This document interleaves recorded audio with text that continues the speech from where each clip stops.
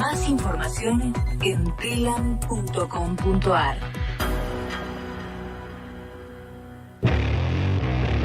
Mandanos un WhatsApp. Mandanos Sarasa y Noticias. 11 65 16 44 46. Aquí comienza Mundo en Clave. Una mirada diferente sobre el escenario internacional. Con Hugo Gulman, Eduardo Bior y Larry Levy. Todos los martes a las 10. Mundo en Clave. En Radio Caput.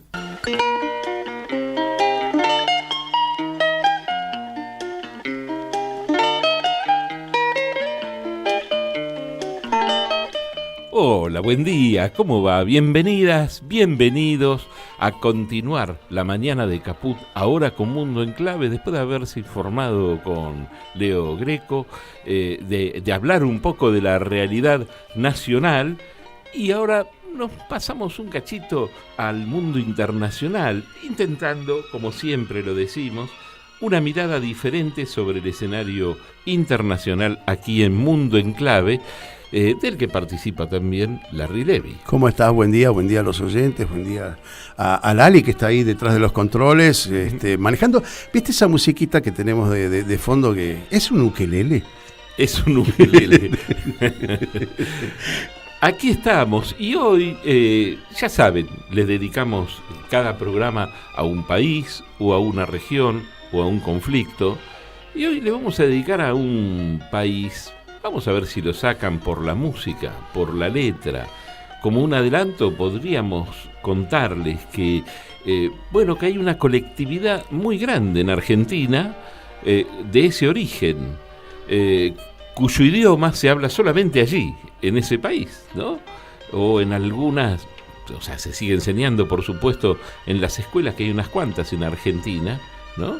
Y que también hay muchos famosos, entre otros. Después les vamos a contar acerca de un hombre multimillonario, de estos de la guía Forbes a nivel internacional, que también es de ese origen, pero que es argentino, ¿no? Pero mientras tanto, mira, vamos escuchando la música, el primer tema, a ver.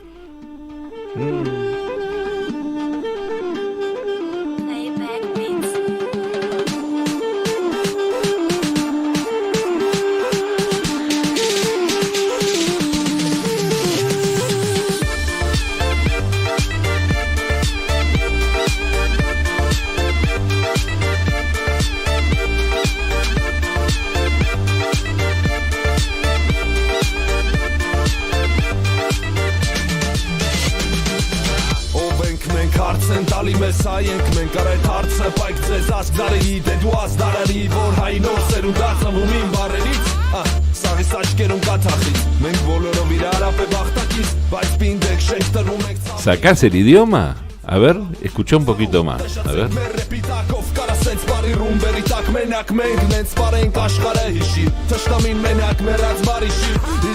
A ver si a la tarde la gente de la 90.7, la radio pública de Marcos Paz, que van a estar a partir de las 4 escuchando este programa, a ver si sacan de qué país estamos hablando.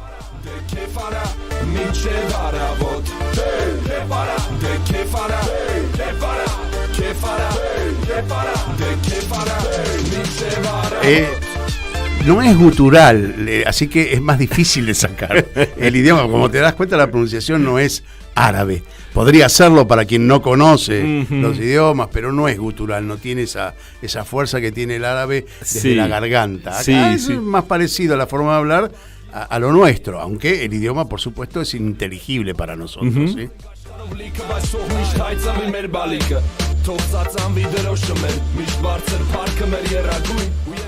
Mira, el tema se llama Narek Metz Haik, ¿no? Y lo canta un grupo que se llama Armenian Rap. Así que ahí tenés. Ya tenemos el con primer el nombre, dato. ¿no? Y es un rap armenio, justamente, ¿no? Así que es interesante, ¿no? Porque como la música guarda compases de la música oriental, ¿no? Es decir, es un rap. Si digamos, es la misma música del lugar, pero con el ritmo de rap, pero con escalas musicales que tienen que ver con el Oriente Medio, ¿no? Es muy interesante en esta búsqueda de música de cada semana para este programa, donde vas repasando y te vas de un punto al otro del mundo, toda la influencia que la música tradicional del lugar tiene también en lo nuevo, ¿no? En el rap. Lo hemos visto, por ejemplo, con música africana cuando hablamos del Congo, lo hemos visto con música de diferentes países, inclusive la semana pasada con Francia, ¿no? También lo pudimos ver esto. Y en general es algo que suele ocurrir, ¿no? Vamos a publicar entonces un CD con toda esta música de... no, mira, la música, claro. El CD de Mundo en Clave. Exactamente. Ahí está.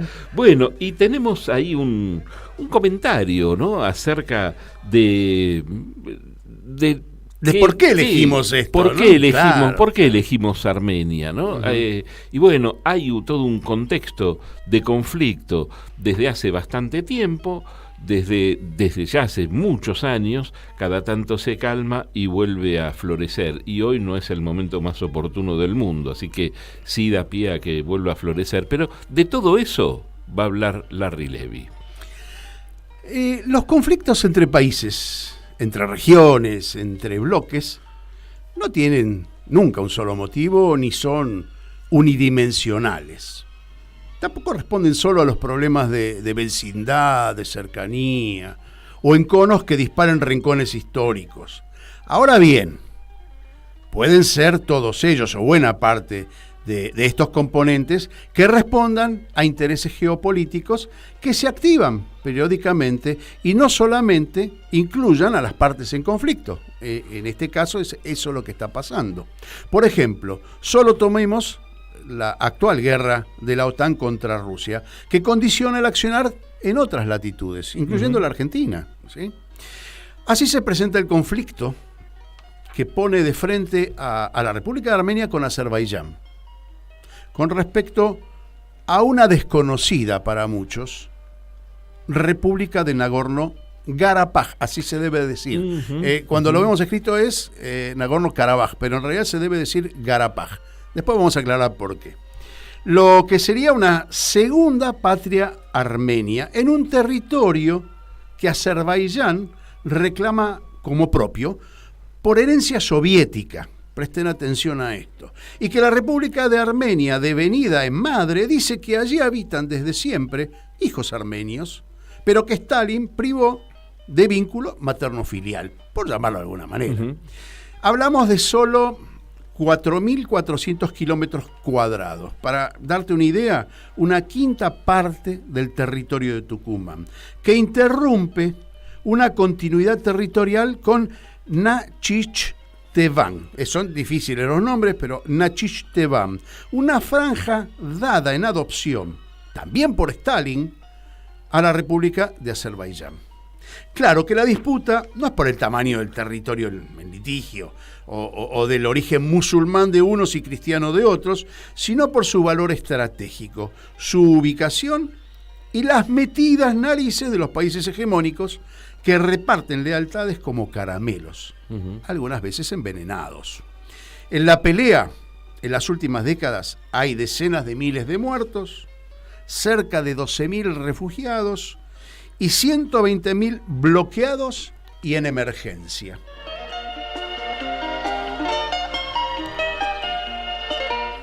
Bueno, buenísima la descripción que hacías, Larry, como para tener una base para las personas que por ahí no conocen el tema. En realidad nos resulta lejano cuando decíamos, lo voy a pronunciar mal, históricamente, Nagorno-Karabaj, por ejemplo, o el conflicto en Armenia, salvo, digamos, la comunidad tan grande que hay acá, que estaba muy interesada, o los analistas internacionales, pero si no, a la gente le resultaba muy lejano, y ver imágenes por televisión era un conflicto que pasaba muy lejos.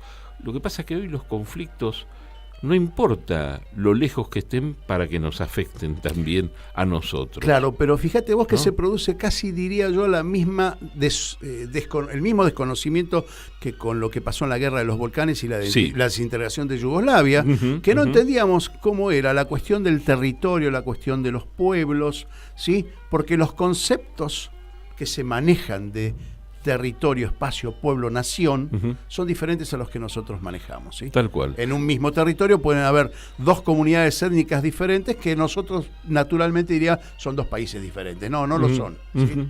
Ayer tuvimos la oportunidad, junto a Larry Levy, de conversar con Betty Arlanian, que nació en Córdoba, es una cordobesa muy joven que desde hace 7 años vive en Armenia.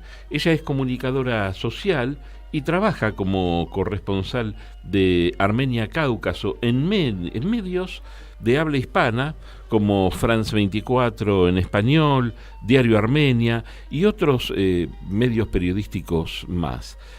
Conversábamos con ella, con Betty Arlanian, y esto era lo que nos decía.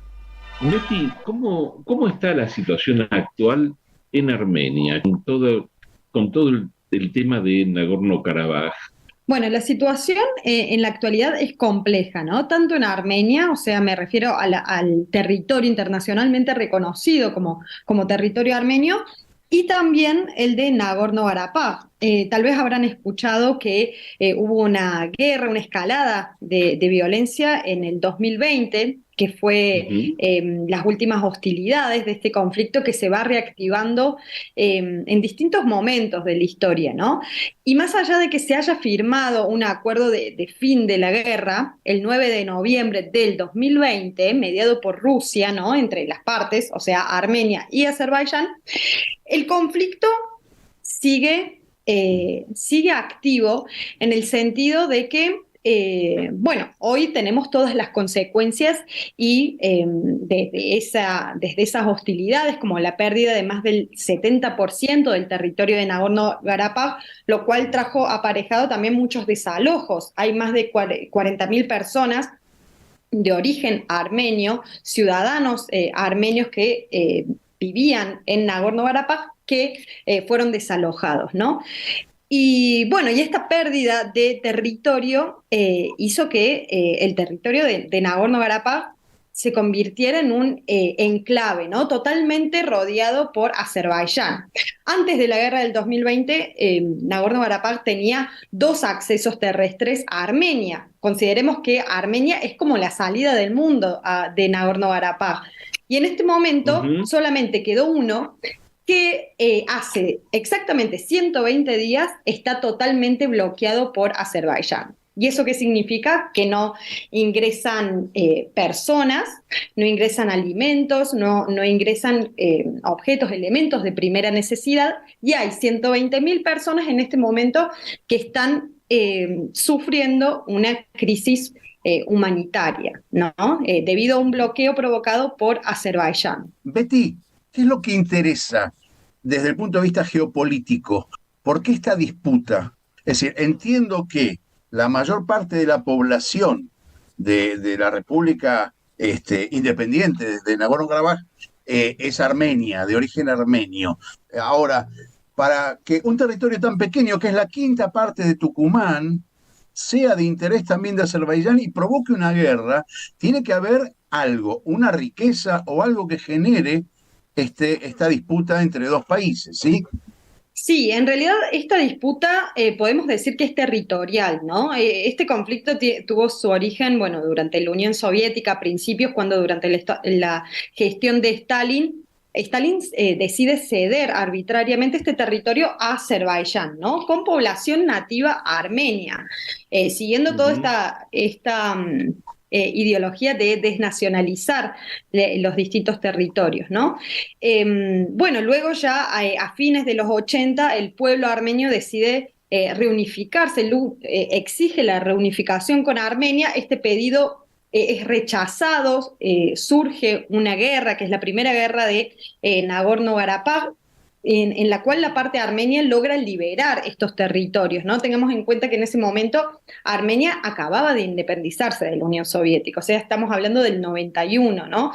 No tenía un ejército formal, la liberación se logró con ejércitos de voluntarios, y así, bueno, en el 94 se firmó un cese al fuego que duró 30 años, ¿no? 30 años de relativa paz, digo relativa porque cada tanto o frecuentemente, bueno, en las fronteras habían escaramuzas, soldados jóvenes, porque tengamos en cuenta que hay un régimen de servicio militar obligatorio en Armenia para varones a partir de los 18 años, durante 2 años, y bueno, cada tanto escuchábamos de que un soldado sobre la baja de los soldados, ¿no?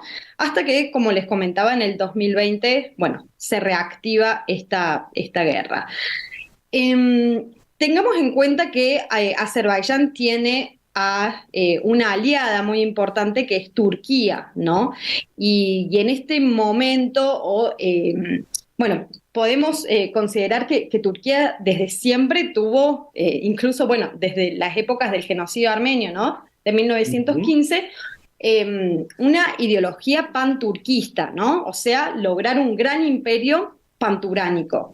En este caso, bueno, Azerbaiyán es su aliada, pero ellos no tienen una conexión terrestre, ¿no? Entonces, el objetivo de Azerbaiyán, una de las cuestiones que plantea Aliyev, el presidente de Azerbaiyán, es lograr un corredor que irrumpa por el sur de Armenia y así lo conecte con, bueno, Najicheván, que es otro enclave originariamente armenio que hoy forma parte del territorio azerbaiyano y que limita a su vez con Turquía, ¿no? O sea que con este corredor que Aliyev, bueno, lo acuñó, usa el nombre de corredor de Zangezur. Zangezur es todo el nombre de la región del sur de Armenia.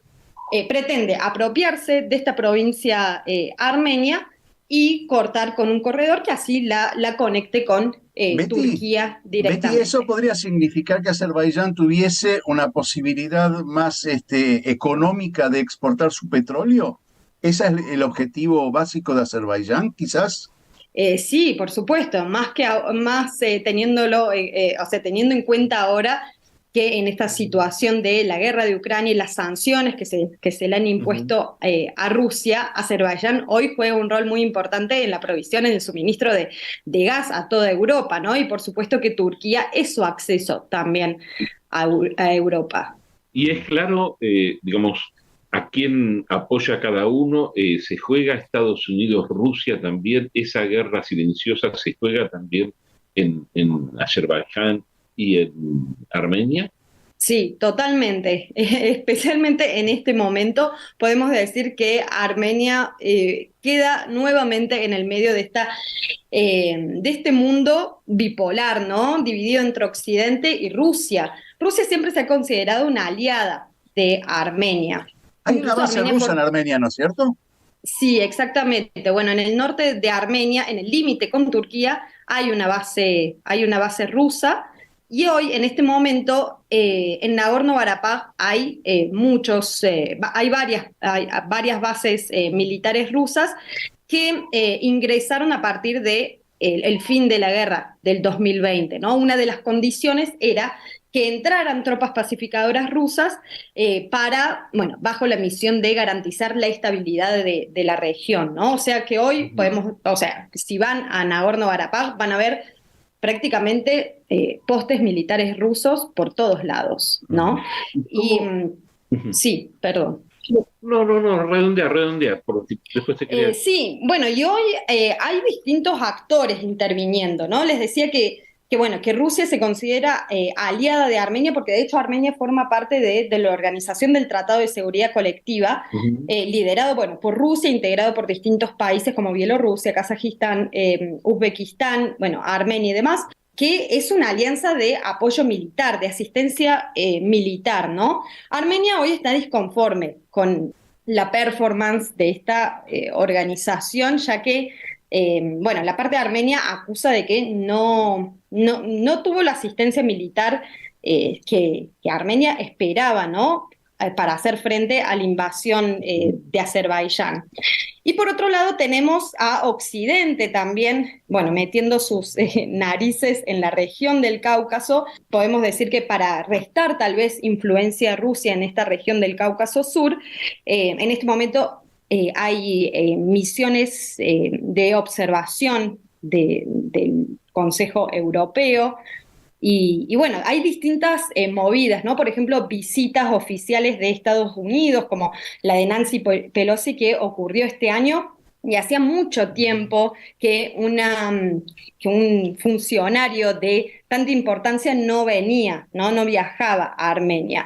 Y bueno, también la mediación del conflicto siempre fue como monopolizada por Rusia, por así decirlo. Y hoy también tenemos al presidente del Consejo Europeo, Charles Michel, también interviniendo, ¿no? Organizando reuniones tripartitas entre el primer ministro de Armenia, Nikol Pashinyan, y el presidente de Azerbaiyán, Islam Aliyev. ¿Y cómo está la diáspora? La diáspora también está dividida entre los que apoyan, bueno, todos apoyan a Armenia, pero algunos con una visión más yanqui y otros con una visión más prorrusa.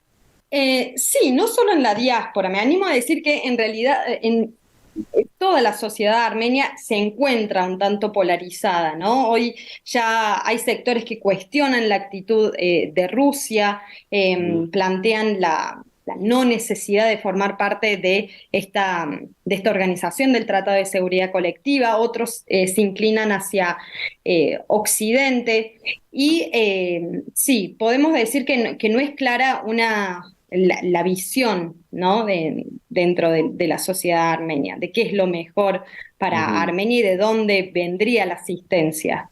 Betty, la posición de Argentina, ¿cómo se refleja allí? ¿Cuál es la posición que ha tomado la Argentina? A lo mejor fue una decisión de prescindir de opinar sobre el conflicto. Sí, Argentina, por medio de la Cancillería, ha cuestionado, ¿no?, la actitud de Azerbaiyán, más que nada en este bloqueo que les decía que ya cumplió sus 120 días. Y sí, cuestionó la actitud de Azerbaiyán, pero ya también a nivel internacional las sanciones no son, podemos decirlo, lo suficientemente estrictas como para lograr pasos claros, ¿no? De un no bloqueo, de que hayan 120.000 personas que estén en este momento, bueno, sufriendo una crisis humanitaria. Claro. A nivel de comunidad internacional, realmente creo que Armenia espera mucho más. ¿Hay comercio importante entre Armenia y Argentina? Hay una cámara de comercio, sí. Tenemos también a personas de origen armenios, argentinas de origen armenio, como en el caso de Eduardo Ernequian, que tiene inversiones en Armenia. De hecho, bueno, el aeropuerto se ha construido por medio de inversiones de Ernequian, también un viñedo, un banco, y eso hace que, sí, por supuesto, las brechas entre Armenia y Argentina y la diáspora de Argentina se acorten, ¿no?, con Armenia. Por lo general, la comunidad armenia en Argentina es muy pegada a las tradiciones, ¿no? Y se siguen reuniendo y están los lugares... las escuelas o los clubes donde se reúnen los countries, donde se reúnen habitualmente, las cenas de los viernes, ¿no? Sí, exactamente. Bueno, Argentina tiene una de las comunidades diaspóricas más grandes armenias, ¿no? Más o menos podemos calcular que hay 100.000 armenios en Buenos Aires, 5.000 en Córdoba, también hay en Rosario, en la Patagonia, y sí, en cada comunidad hay instituciones que trabajan activamente, ¿no? O sea, iglesias, colegios, clubes sociales, deportivos, políticos, y sí, todos van encaminados hacia la construcción y al mantenimiento de esta identidad, ¿no? Teniendo en cuenta que ya la mayoría de esta comunidad son cuarta generación, ¿no? Porque esta comunidad se originó después de la llegada de los refugiados del genocidio armenio de 1915. Claro. Betty, para ir cerrando un poco el tema, ¿cuál sería, a tu mirada, la mirada armenia, la solución a este conflicto? ¿Hacer de Nagorno-Karabaj un país independiente, reconocido, porque en este momento el reconocimiento es nulo, ¿no? A nivel mundial. ¿Cómo se solucionaría esto? Tratando de conformar a las dos partes, ¿no? Sí, exactamente la parte armenia desde siempre, desde el fin de la primera guerra de Nagorno-Karabaj, siempre luchó, incluso bueno, las comunidades de la diáspora también, por un reconocimiento de este segundo Estado armenio, ¿no? Este objetivo se hace cada vez más difícil, pero no deja de ser el norte, ¿no? El reconocimiento de este Estado que, bueno, para la esperanza de los armenios de Armenia y del resto del mundo, es la solución a esto, porque plantearía reglas claras de territoriales, ¿no? Incluso de que, bueno, y algún acuerdo para que las partes que están escindidas de Azerbaiyán, a lo mejor la conformación de un corredor que le permita a Azerbaiyán exportar el petróleo con alguna regalía para el nuevo Estado, es decir, si lo reconocen, digo, una solución no solamente que tenga una mirada armenia, que bueno, uno puede tener una posición, sí, está claro que las posiciones son encontradas, pero digo como para buscar una solución que conforme a las dos partes, para eliminar por lo menos esta situación de conflicto permanente. ¿Hay alguna propuesta de ese tipo? Es que estas propuestas cada vez están más lejos. Incluso, bueno, durante los últimos 30 años se había conformado un grupo, el Grupo Minsk de la OSCE, que era el órgano regulador de este conflicto, ¿no? Siempre teniendo en cuenta la diplomacia como algo prioritario.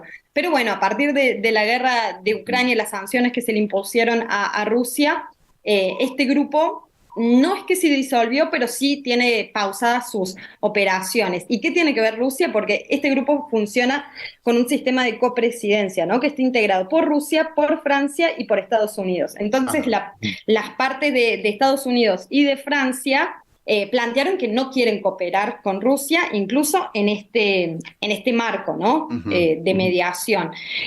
Y una vez más, bueno, Armenia y Nagorno-Karabaj quedaron en el medio de un conflicto de geopolítica muy profundo. Sí, por eso es que la diplomacia la solución diplomática está cada vez más lejos. Betty Arlanian, te agradecemos muchísimo el contacto con nosotros. Sos muy amable. No, muchas gracias a ustedes, fue un placer. Betty, ¿cómo está la situación actual? Seguimos con otra vuelta al mundo en clave. Aquí en la mañana de Radio Caput. Bien, ahí conversábamos con Betty Arlanian, comentábamos que es una cordobesa, no hace falta que lo aclaremos, ¿no? Ya la escucharon, que hace 7 años reside en Armenia, es comunicadora social y trabaja en unos cuantos medios, entre otros en France 24 en español. Hugo, déjame que agradezca este contacto con ella, sí, a Pablo Kendikian, que es el director del diario armenio, y a Pedrito Muratian, que es parte de esta casa, claro, de Radio Caput, que me hicieron el contacto para dar con esta chica que realmente es muy capaz, Betty, muy capaz, muy joven y muy capaz, periodísticamente hablando, ¿no? Bien, y antes de ir a la pausa, porque estamos un poquito atrasados, quiero agradecer un mensaje. Dice: buen día, Hugo, Larry. Este mensaje llega de Brasil, pero es un uruguayo, es un colega que reside allí en Brasil. Dice: en la Radio Centenario de Montevideo tenemos un programa sobre Armenia, se llama Radio Araujo, conducido por un compañero que viaja constantemente entre Armenia y Uruguay. Abrazo, excelente el programa. Este programa es en CX36, Radio Centenario, en la 1250 AM, y va los sábados y domingos de 13 a 14:30 horas. Esto nos lo dice Juan Carlos Vecino, hombre de Uruguay, pero que reside en San Pablo, periodista deportivo. Ahora sí, ¿vamos a la pausa? Vamos, ¿sí? dale. Enseguida volvemos con más Mundo en Clave. Siempre en Caput. En Caput, Milagro Sala, pasan cosas. Y sigan así, sigan adelante, porque necesitamos medios como ustedes que digan la verdad y que no anden con miedo. No es fácil competir con Clarín, no es fácil competir con las corporaciones. Necesitamos medios como ustedes. Conservar el espíritu de rebeldía. les toca competir a ustedes, ¿no? Radio Radio Caput. Caput. Necesitamos medios como ustedes que digan la verdad y que no anden con miedo. Esas cosas. La escuela, la pedagogía, los pibes, sus docentes, la crisis, el barrio y la Argentina reunidos en un memorial que no son anécdotas. A eso vine, de Néstor Rebecki. Historias, reflexiones y escritos sobre educación secundaria. A eso vine, de Néstor Rebecki. Disponible en todas las librerías. Ediciones Sicus. La buena lectura ilumina. Radio La Voz, aquí desde el norte del país, en Salta, departamento Anta. Estamos a 200 kilómetros de la frontera y estamos muy cerquita de la provincia del Chaco. Infosiberia. Forma parte de nuestro staff de noticias, por eso es importante el rol que cumplimos nosotros desde la radio con Infosiberia para decirle a la gente la noticia al día, fresquita todas las mañanas y después a la una antes de irnos, un informe que a Dios gracias nos viene bien y la gente nos acepta y nos recibe con buen tino. Radio Caput. Telam Digital. Información en tiempo real. En telam.com.ar. Toda la información que necesitas.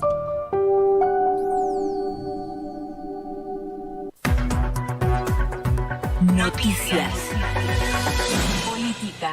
Alberto Fernández llamó a preguntarse en qué lugar pone a la salud la política argentina. Así lo expresó al pronunciar un discurso en la presentación del Plan Reconstruir Salud en el Museo del Bicentenario de Casa Rosada. No podemos estar confiados y esperando que alguien desde el sector privado venga a hacer lo que el Estado debe hacer. Digo estas cosas en tiempos en que vuelve a oírse una prédica que dice: no, el Estado no está para estas cosas, esto hay que dejárselo al sector privado y el Estado tiene que estar para lo mínimo y lo indispensable. No estuvieron cuando manejaron el Estado ni para lo mínimo e indispensable, no estuvieron ahí. ¿Qué es lo mínimo e indispensable de ellos hoy en día? Para mí hay un deber ético de darle salud a todos los argentinos y a todas las argentinas. Economía. Rechazan el amparo presentado por diputados opositores para frenar el canje del sector público. La justicia no dio lugar a la presentación realizada por Graciela Ocaña y Hernán Lombardi. La medida oficial estableció el intercambio de los bonos en dólares bajo ley extranjera globales que se encuentra en poder de organismos del sector público nacional por títulos en pesos.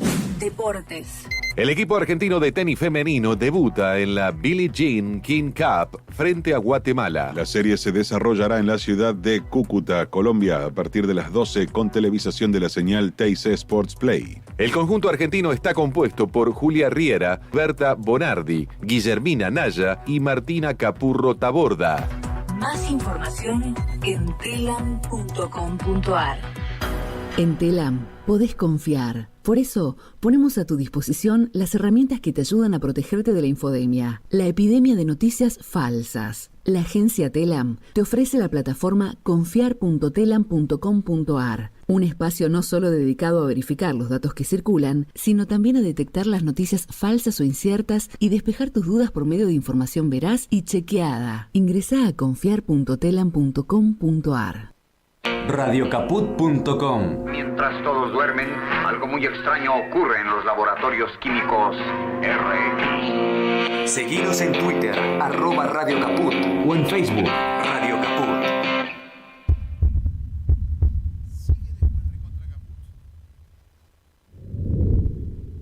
I just wanna make art, read books and just find someone who likes me enough to kiss my face.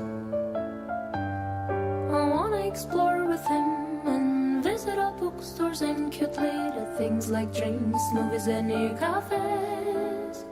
Oh, oh, oh. Drinks, movies and near cafes. Oh, oh, oh. A future lover, I hope it all comes naturally. I hope our love is quiet outside but loud inside, oh baby. Oh future lover, this song I wrote for you. This song I wrote for you, my future lover.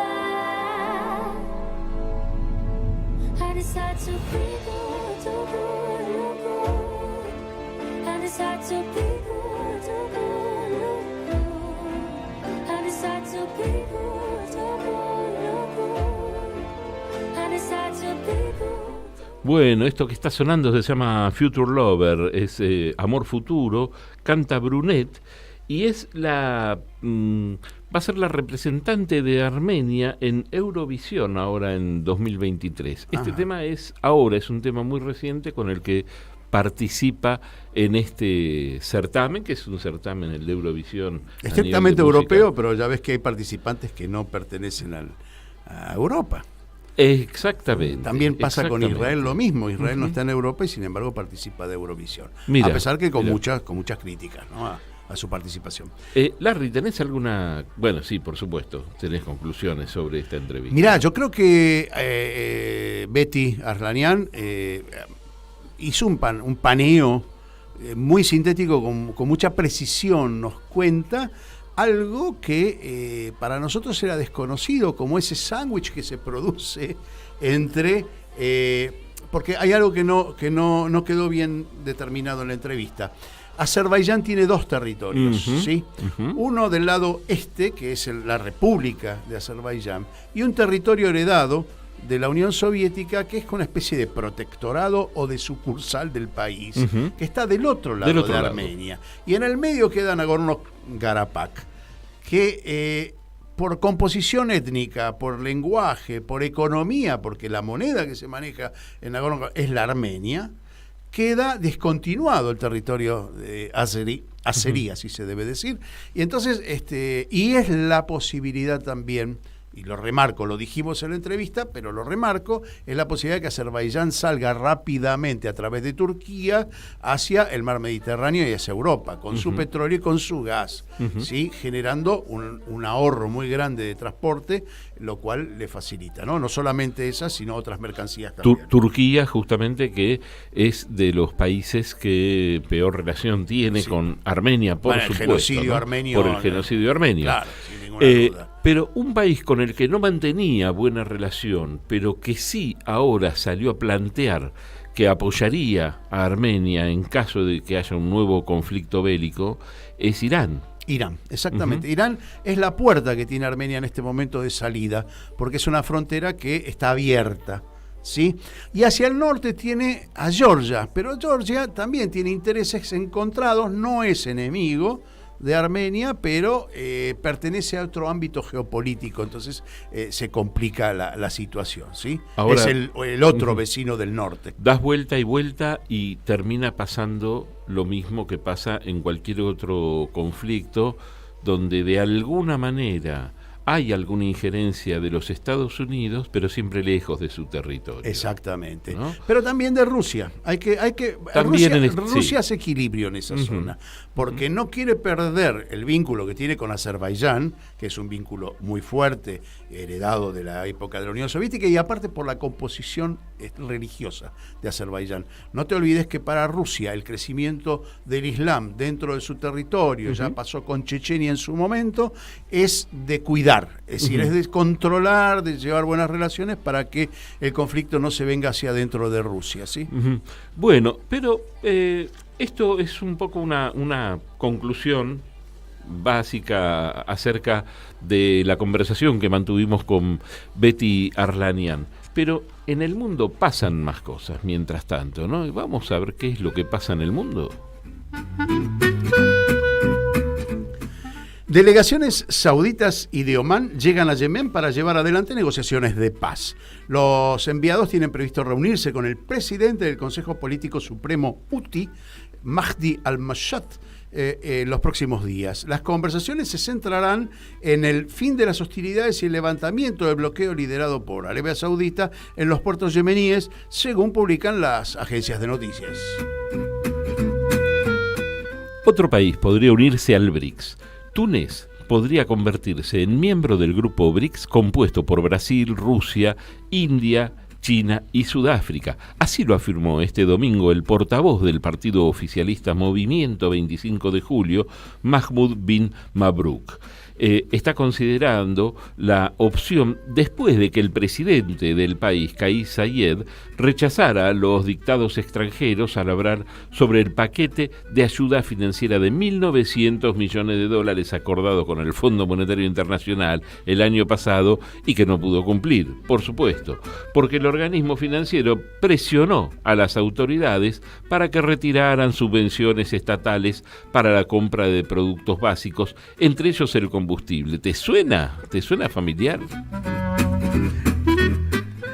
Aviones de combate chinos cerca de las fronteras de Taiwán. Las Fuerzas Armadas taiwanesas anunciaron en realidad denunciaron, no anunciaron, que 58 aviones del Ejército Popular de Liberación de China se acercaban a la isla en el contexto de los ejercicios militares. Según el Departamento de Defensa de Taiwán, entre los aviones se encontraban cazas bombarderos estratégicos y aviones de transporte militar. Además, el Ministerio de Defensa de la isla anunció el acercamiento de 9 barcos militares chinos a la isla de Taiwán. La situación en torno a la isla se intensificó después de la visita de Nancy Pelosi, por entonces presidenta de la Cámara de Representantes de los Estados Unidos. Para China, la visita es una maniobra de Estados Unidos, o constituyó una maniobra para Estados Unidos, para apoyar el separatismo taiwanés.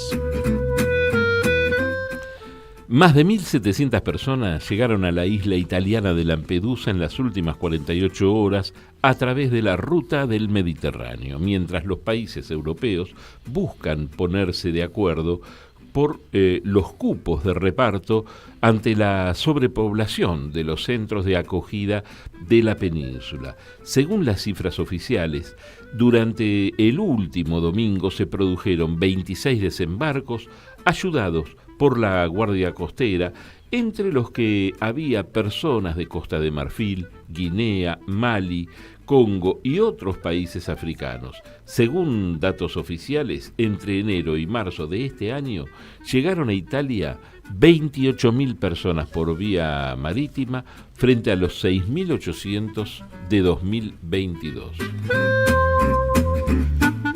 100 días de Lula. A 100 días de haber asumido el presidente de Brasil, Lula da Silva, afirmó que durante este periodo priorizó lo impostergable y trabajó por la reconstrucción y la unión del país. Lula citó los programas sociales, entre ellos el programa de adquisición de alimentos, proyecto en el que el gobierno compra la producción de pequeños productores agrícolas para personas con riesgo alimentario. El mandatario destacó los programas sociales como el Bolsa de Familia, uno de los programas emblemas en sus anteriores mandatos, y Mais Médicos, que busca reforzar desde el gobierno nacional la asistencia médica en estados y municipios.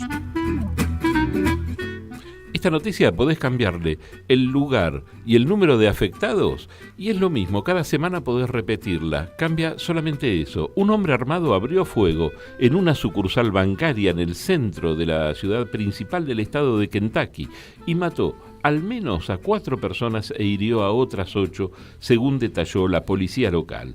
El presunto tirador también falleció por un disparo en el lugar.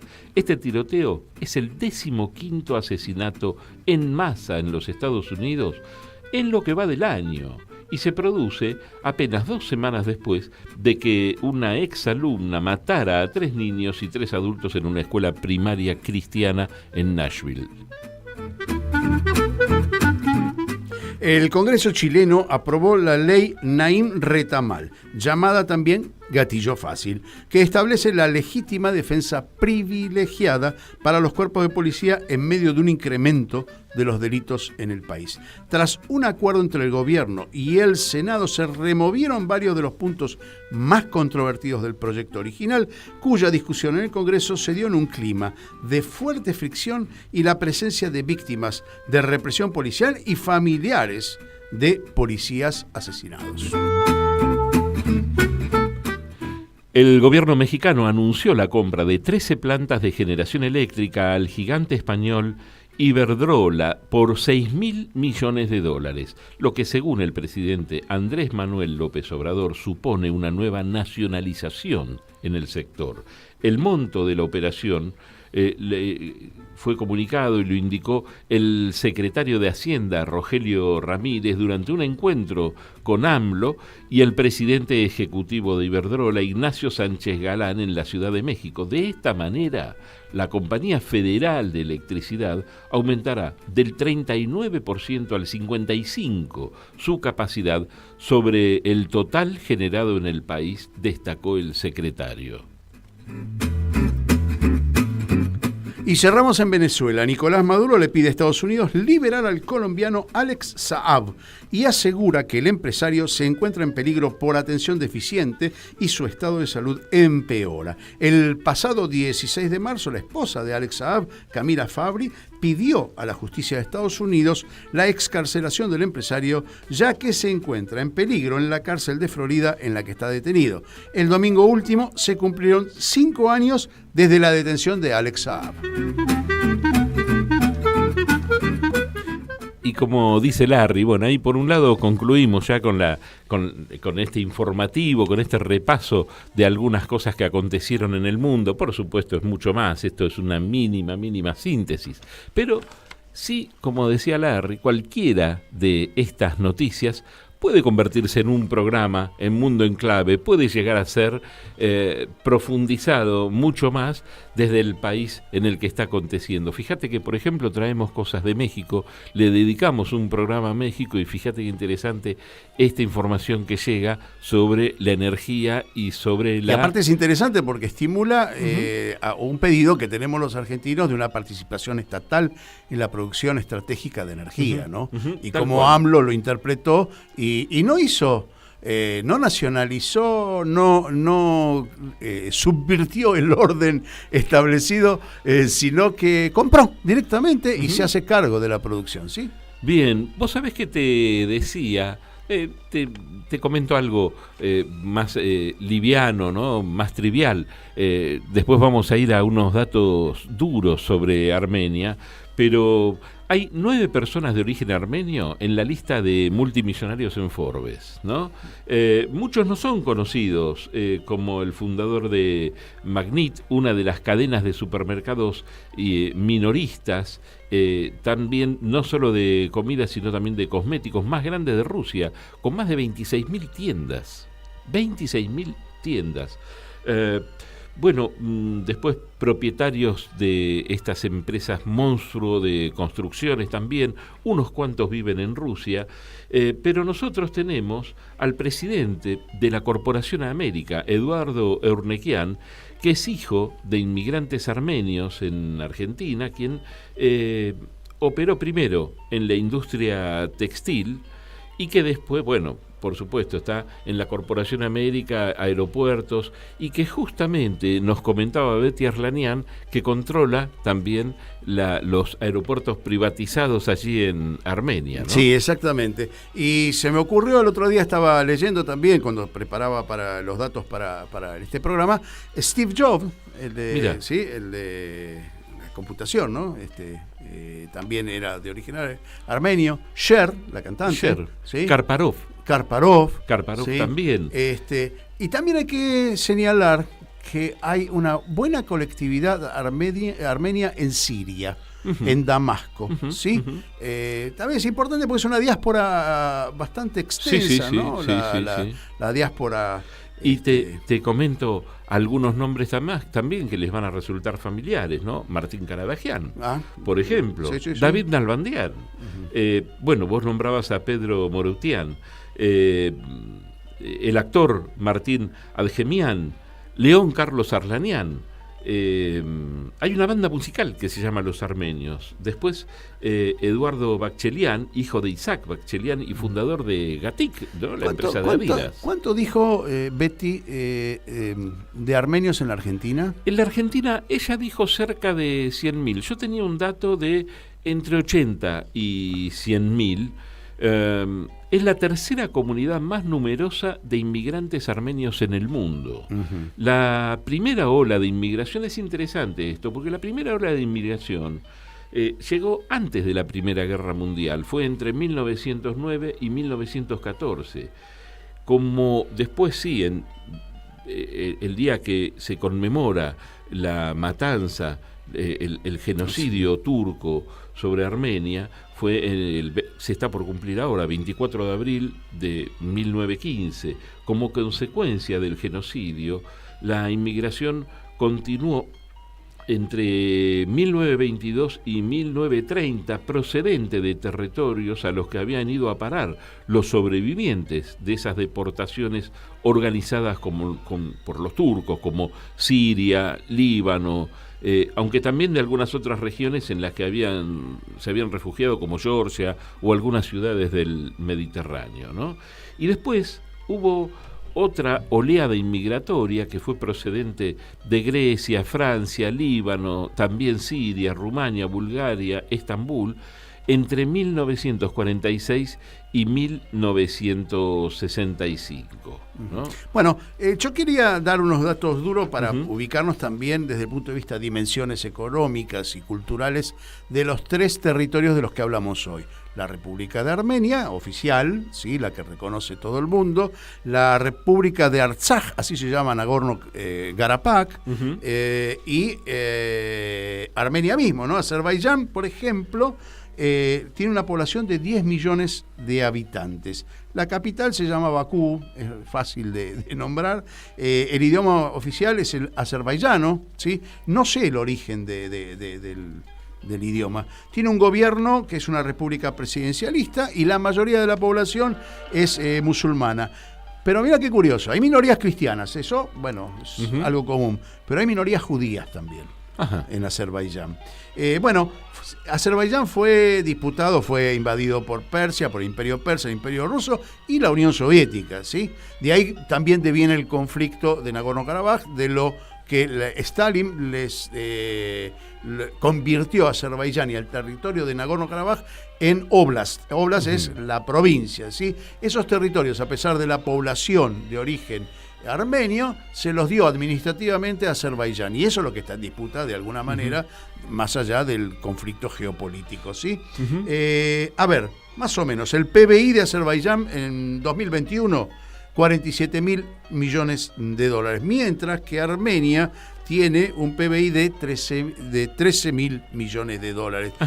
Y la población de Armenia es casi 3 millones de habitantes. Es un territorio muy pequeño y una población, una comunidad muy pequeña, ¿sí? En Armenia. Fíjate que es una cuarta parte de lo que constituye Azerbaiyán. Lo dijo Betty, en cuanto al poderío de Azerbaiyán es indudable, es un poderío mucho mayor que el de Armenia. Bueno, la moneda de Azerbaiyán, yo tenía por acá es el manat azerbaiyano, mientras que en Armenia es el dram. Dram era el nombre, que es la misma moneda que se usa en Nagorno-Karabaj. Mira vos. Es decir, hay una relación muy íntima entre ese territorio desde el punto de vista cultural, desde el punto de vista económico, más con Armenia que con Azerbaiyán, a pesar de los reclamos de Azerbaiyán y del conflicto armado. Sabés que ya nos vamos yendo, ¿no? Y te quería comentar algo que me pareció curioso, que hay muchos sitios en Armenia para visitar que han sido declarados como Patrimonio de la Humanidad por la UNESCO, ¿no? Y es muy interesante. Bueno, es parte de los ingresos que tiene Armenia, el circuito turístico. Claro, bueno, el Monte Ararat, por ejemplo, ¿no? Que es una referencia bíblica, ¿no? De donde supuestamente partió el arca de Noé, justamente, ¿no? Eso es una referencia y uno de los lugares. Dicen que otra cosa que es muy, muy importante allí es el vino, que tienen una bodega que se llama Areni, que fue descubierta en una cueva y que está en funcionamiento y que es conocida como una de las bodegas más antiguas del mundo. Y después, por supuesto, bueno, el brandy también es muy famoso, y creo que si nos dedicamos a hablar de la comida podríamos hacer un programa completo dedicado a eso. Un solo puntito más que me parece crucial, así nos estamos yendo. Sí, porque el desempleo en Armenia es del 17%. Es un desempleo muy alto en relación a los países de la zona. nos tenemos que ir yendo, ¿no? Nos vamos despidiendo de los amigos de Radio Caput, de todos los oyentes, también de todos los oyentes que por la tarde nos escuchan en la radio pública de Marcos Paz, ¿no? En la 90.7. Y lo que están escuchando ahora, bueno, ¿quién es uno de los armenios más famosos? Fue, por supuesto, ¿no? Charles Aznavour. Bueno, esta es una perlita, este es un disco.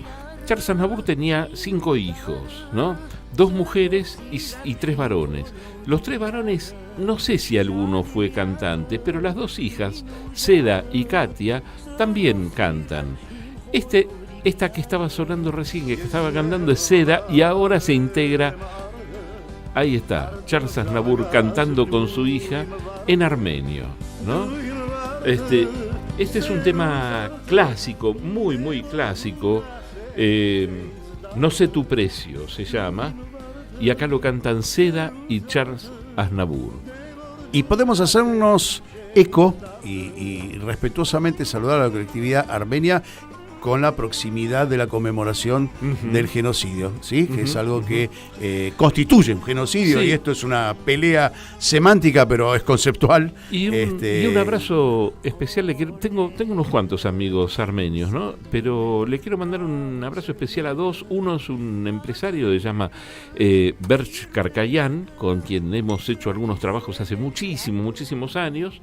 Y otro es Teddy Karagosian, que es un hombre permanentemente atento a todo lo que ocurre y está no solo informadísimo, viaja permanentemente a Armenia, ¿no? y suele mandar información. Larry, bueno, nos vamos yendo. Justo a las 11 entregamos el micrófono. Lali Grumeli, muchas gracias por estar ahí en los controles. Muchas gracias a Radio Caput. Larry, nos encontramos el martes que viene. A las 10 de la mañana. Mundo en Clave. Chao.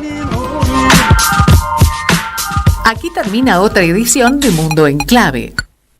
Nos volvemos a encontrar el próximo martes a las 10 de la mañana en Radio Caput. En Caput damos la bienvenida a nuestra compañera Estela Caloni. Pasan cosas. Yo tengo un faro que se llama Radio Caput. Hay un vigía del sur y otro vigía del sur ahí, y otros vigías del sur que nosotros tenemos que ver cuando nos llega el temporal, la nieve. Tenemos que mirarlo todo, porque estamos preparados para mirarlo todo. Estamos luchando desde hace mucho tiempo por la verdad histórica. Radio Caput. Que es sobre la única cosa en que se puede edificar un país independiente y real. Esas cosas. ¿Cómo podemos cuidar a nuestra